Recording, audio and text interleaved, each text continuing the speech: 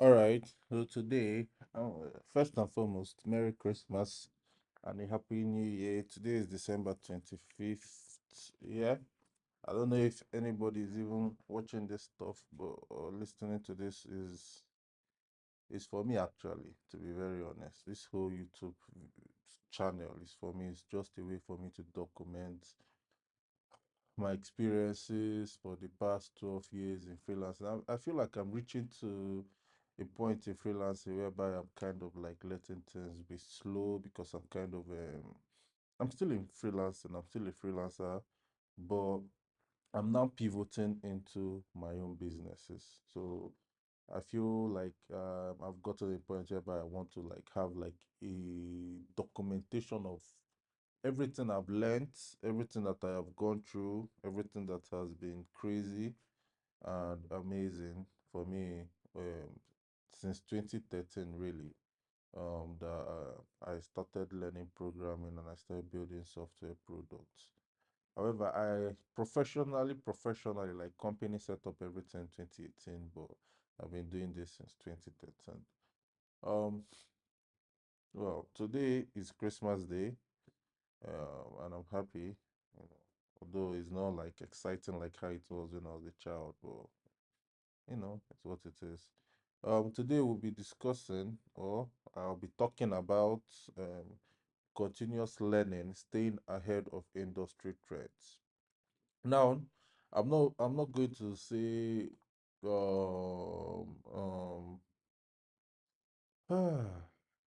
I'm not going to say that continuous learning for me. Remember, I said this thing is really even for me. It's not about going to go and learn new programming languages, new databases, new structures, and all those things. If you know how to do web, Android, iOS app, desktop app, regardless of the language or the databases you are using, you are good to go. Right? Um, but for me, continuous learning is learning about the business, not really about the tool or the technology.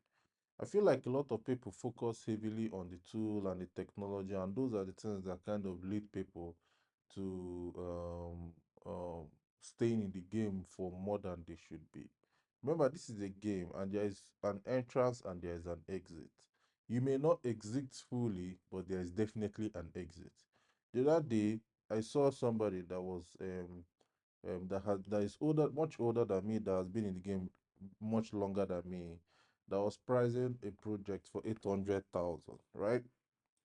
And I know somebody else that was good, that is much younger, that is like 2 years out of university, that is pricing that same project for 450,000.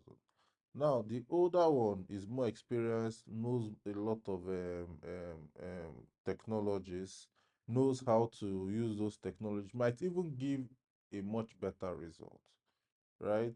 But the client went to the younger guy that just went fresh from school, because 450,000 and 750 is even 800. The client felt like he could get much value from that one. So he lost that guy. So staying in the game for that long, in my opinion, if you are staying in the game for long, it should be like at your own will. Like, somebody is offering me some money to do this. I'm not begging the person. I'm not totally wanting to get that money. It's just like, okay, this is another thing I can have fun with. That is how you enjoy the game after staying in the game for so long, as opposed to depending on that money to support your livelihood. Okay, so in continuous learning, staying ahead of industry trends, that is what we are talking about today. What I actually want to let you know is this: is actually a very simple thing. When you are in the freelancing game, try as much as possible to learn how you are feeling. I don't know if I'm even going to make sense with this. Shit. Like, once you start to feel some kind of way, uh, I won't say depressed, but you are now feeling like uncomfortable with how things are going. Things seems to be like a cycle. Things seems to be like done and dusted kind of thing. That is the time you should need to evaluate how the business is. Because there is going to be a time whereby I know I've explained these three stages because I'm on the third stage. And if you don't understand the three stages, go and watch the previous videos. This is a serial video, it's from series one. But in that three stages, I did not know which stage I was entering into or how I want to get into the next stage till I start feeling some kind of way. In fact, currently as I'm making this video, I feel like I'm trying to enter into a stage four because I'm feeling that kind of way too. But the truth is, I don't know how many stages there are. It's you that will determine the stages that you are going to go through. I'm just going to tell you about my own stages. I'm beginning to feel I'm entering stage four of my own process. I feel like I've done the stage three, I'm done and dusted with that area, and I feel like I'm moving into stage four, right? And in this stage four, I don't know what it is. I don't know how it's going to look like. I don't know how it's going to operate. I don't know how the outcome is going to be like. But I'm beginning to feel like I'm entering another stage of my freelance journey because this is actually a journey that has no end. There is no end on until you leave this earth, really. It's a lifestyle. That's why you cannot be a freelancer tomorrow. A true freelancer is always a freelancer, no matter what. It's just a matter of how much are people going to pay you, how much of your time are you going to give up. That is just what it is at the end of the day. But a freelancer is always going to be a freelancer. But continuous learning is just about you evaluating your inner spirit. It's not about you trying to learn a new language or a new technology or a new tool. That's if you're a software engineer. I know I said staying ahead of industry trends, but that's correct because you should know when you should be above that industry trends. That is why I added staying ahead of industry trends. You should know when you should elevate your position. It's no longer a discussion of which programming language are you going to use to write this or trying to negotiate with clients. It's now more of learning yourself as you are growing. Like, to be honest, I can understand if you believe all this I'm saying is gibberish because me hearing it back, I feel like I'm saying rubbish, but I know that I just don't know how to really explain it in a very clear way. But continuous learning is learning yourself.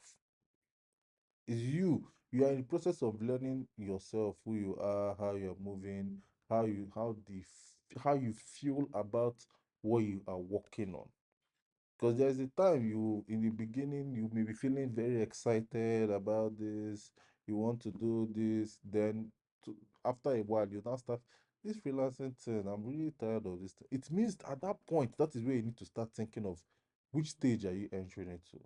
What is my pivot? What am I trying to really do now? Right?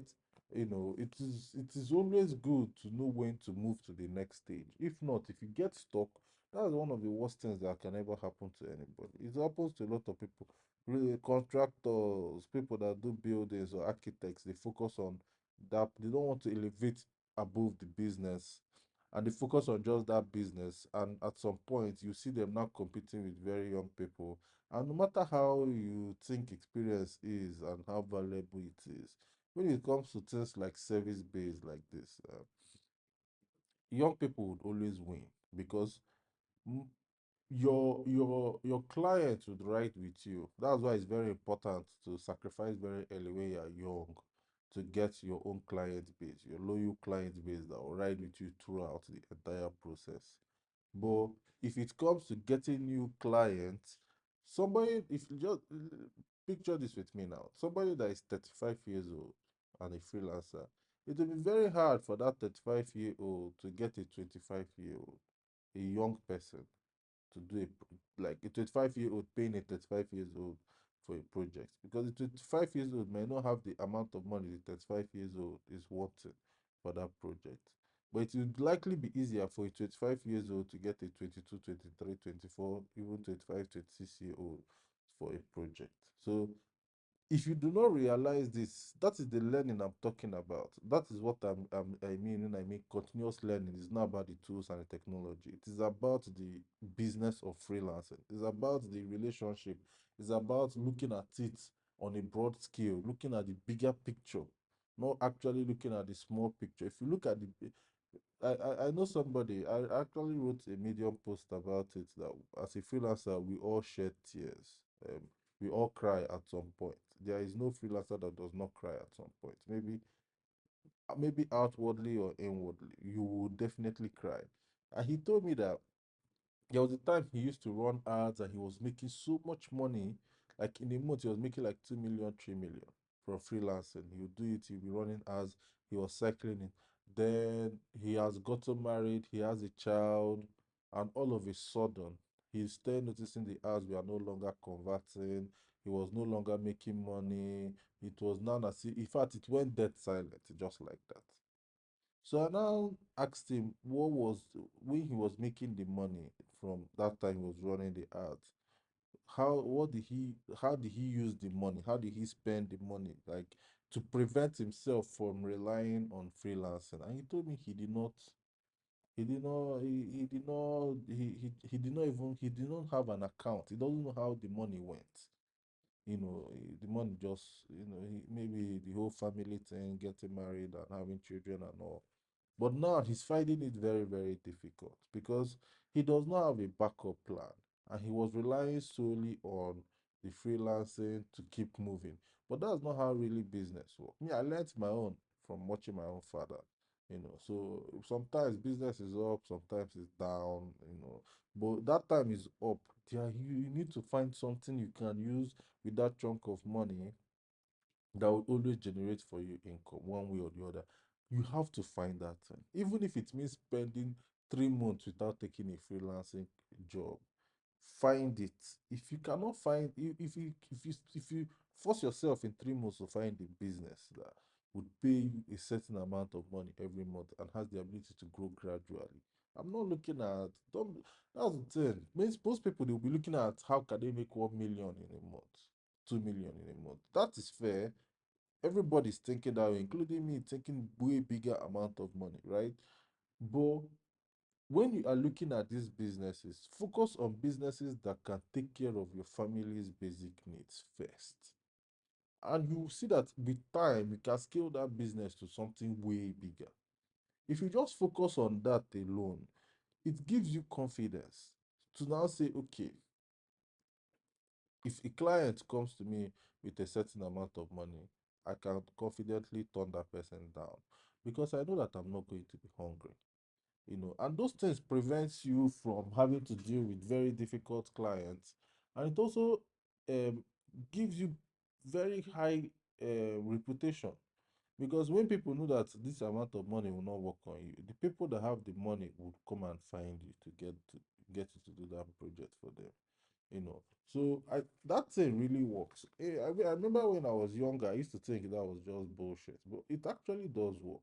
Like when you set your standards high in terms of that, you have to do the work. Oh. It's not like you start in the beginning and go and set your standards high.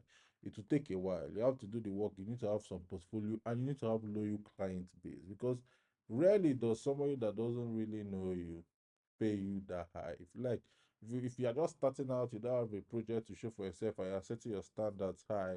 This is something of 1 million, you're charging 5 million. It's you that will cry, because those people that pay you that money, they want to see the work you've done before. They want to see the people you have relationship with. And from my experience, it usually always comes from referrals. Referrals are the best ways to earn as a freelancer, not marketing, not ads, not all those things. So, for you to get a referral, you need to have a past work that you've done for clients. And sometimes, the more work you've done for a client, the higher the referral score. I don't know why I just use score, but I think that's what it is. What I mean by this is if I'm working on Mr. A's project and I've done 5 projects for Mr. A, and I've done them successfully. And Mr. A refers Mr. B to me. Mr. B would likely pay me whatever I said my quote is because Mr. A would have only good things to say to Mr. B, and I have done 5 projects for Mr. A. So Mr. A does the promotion for me. I don't need to do it. I just need to say this is the price. So that is why that setting your standard really work after a very long time. So the continuous learning is about learning the business of how to stay alive. This is a battle. It's not you have to stay alive in the business. It's not learning new technologies doesn't keep you alive. First, yes, you need to know the basics on how to do all those things. But once you've known the basics, don't worry so much about going to learn too many things about it. Upgrade, maybe learn how to understand what the new thing is, but don't spend too much energy on it. Focus more energy on the business side, on how you're going to keep yourself alive. If you don't get a client for 4 months, can I survive? If the answer is no, then it means you need to focus on getting clients to pay you. So you use that money to find a business that will keep you alive. I don't know if I'm making sense, right? You need to focus. That should be the primary focus at this point. If you get those clients and they pay you, how can I set up a business that doesn't need me, that would pay me every single month? And from that money I can take care of my basic needs. I don't mean going to club. I know I'm emphasizing this thing, but somebody will come and now reach out to me and tell me that his basic needs a month is 3 million. It's not true. I don't know. I don't. Are we all of us are in Nigeria here? I don't know where you are staying. Maybe it may be for some people, but if basic needs, I know what basic needs is. I did economics in school. I did social science. Your basic needs cannot be 3 million naira a month. That is, you can say your luxury needs, or you are, being extravagant or any of those things, for sure. But basic needs cannot be that amount. We both know that. And I'm not saying it cannot grow to that amount, for sure. I know some people that spend just taking care of the family 5 million a month, 6 million a month. But it took them a while. Those people, they are mostly in their 40, they are 45 years and above, right? That business, it grew with time. Whatever business you choose to do, ensure it grows with time. Please do not go and open store, all this mass shop business, and you think that that one is going to look for a scalable business that can grow with time. There are so many of them. Oh. People underestimate this dry cleaning thing. I've mentioned it. There is online business, which is what I do. I look for online businesses that can set up, that can run passively without me. Blogging, publishing, promotions, I do all those stuff. Right? Now, there are, like I said, if you come to offline business, there is laundry business. I know somebody in Abiyokuta here that has 5 laundry spots. There is car wash business. You can have multiple spots. You rent the place. Like I do most times, I do wash my vehicle. I go to car wash on Sundays. If and I've never gone to the car wash and I'm seeing only 3 cars. I've gone there. It's mostly like 5, 6, 7 cars, and they charge about 6,000 for car wash. And this is when I'm there. And the cars revolve, and there are other days, and I'm sure I've not even seen the owner of that car wash business. And you can have multiple places. There is barbing salon, and I'm not saying you have to do your research where before you enter this business, because from the outside looking, I'll be thinking there is something big there, but maybe there is nothing there. But I know that there are people that are doing well in it. There is mama put business. Mama put business can be very scalable, because you can, once you employ somebody to do this one, you can scale it. You can move to various locations around and set up, and before you know it, you can become a restaurant. In fact, I always advise people, before you set up a full-fledged restaurant, start with mama put. See if people even like the food you want to sell before you now start doing all these big restaurants like the place Mega Chicken and all those stuff. But I know that food is a very good business. There is the one I love the most for me when it comes to offline business, which I would like to do in the future, is farming. I have friends that into pig farming. I have friends that in fish farming. I have friends in poultry farming. If you ask me, farming itself should be your number one consideration. It should be the number one thing you are going to start looking at if you want to now start looking at how you can sustain yourself. That's why I'm saying I'm not conventional when I'm bringing these topics. You might read this thing, continuous learning, staying ahead of industry standards. And if you think you're coming here to learn about technology, or I'm telling you the freelance game for real, how it really is done. It's not really done by you. Baba of software engineering that knows everything in software engineering and does not know freelancing business. I'm assuming he's a freelancer, yeah. He's going to suffer at the end of his life because he will find it very difficult competing. You all the thing people are saying you learn nobody learns every day. Nobody. I've not seen anybody that is always reading and learning every day. I've not, especially as you get older. I've not seen it. You can read novels and books and all, but learning like learning tech and learning and going to school, nobody does that every day. Nobody, I don't even advise you to do that every day, with my own opinion. Right? So, but if you learn the business, if you learn your soul, because your soul will guide, your soul will tell you when you're moving into the next stage. And like I told you, I feel like I'm moving into stage 4 at this point. Yeah. But once you get to that stage, to tell you, and you should follow it always think of the older you. Don't think of you now. Because if you always think of you now, you are going to always have conflict. So if you are in the freelancing game, think of the older you. Do you want to do this when you're older? And how much of time do you want to do this? You know, that is very important because my head sparked with all this is I think I've said it before when I fell sick and I couldn't get paid because I did not finish a client's project. And that was when it dawned on me that I'm actually in the wrong, I'm thinking about everything wrongly. I need to look for businesses that can pay me without me being there. I'll still be doing freelancing, no matter what. As long as they can pay me my what I have given as my quotes and I'm comfortable with the timeline. Why not? I'm not going to say no, but there's a very big but here. If the your spirit is not in it, right? It means that you have to look for a way to earn money. Not really passively. I shouldn't say passively, but earn money to take care of your basic needs without freelancing. Freelance, if you want to do freelancing alone till the rest of your life, you will have a very difficult road ahead. Now, I would even advise you to go and get an office job. If you want to be a programmer for a very long time and you love programming, you want to do it, it's better you get an office job or you become a founder, like you build your own software product and you get funding or you bootstrap and stuff. There are so many ways, but I'm speaking solely to just freelancing. As a freelancer, I don't want to be a founder. Like I've tried to be a founder of something. I don't think that road is for me. There's a very big difference between software engineer founder and software engineer working in an office and software engineer freelancer. These things are not actually the same thing. They are really, really not the same thing. They have different life trajectories, different life paths. As a freelancer, the money from software engineering should be used to keep you alive, to keep you afloat.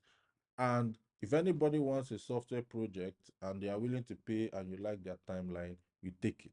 That is is a much later stage of your journey.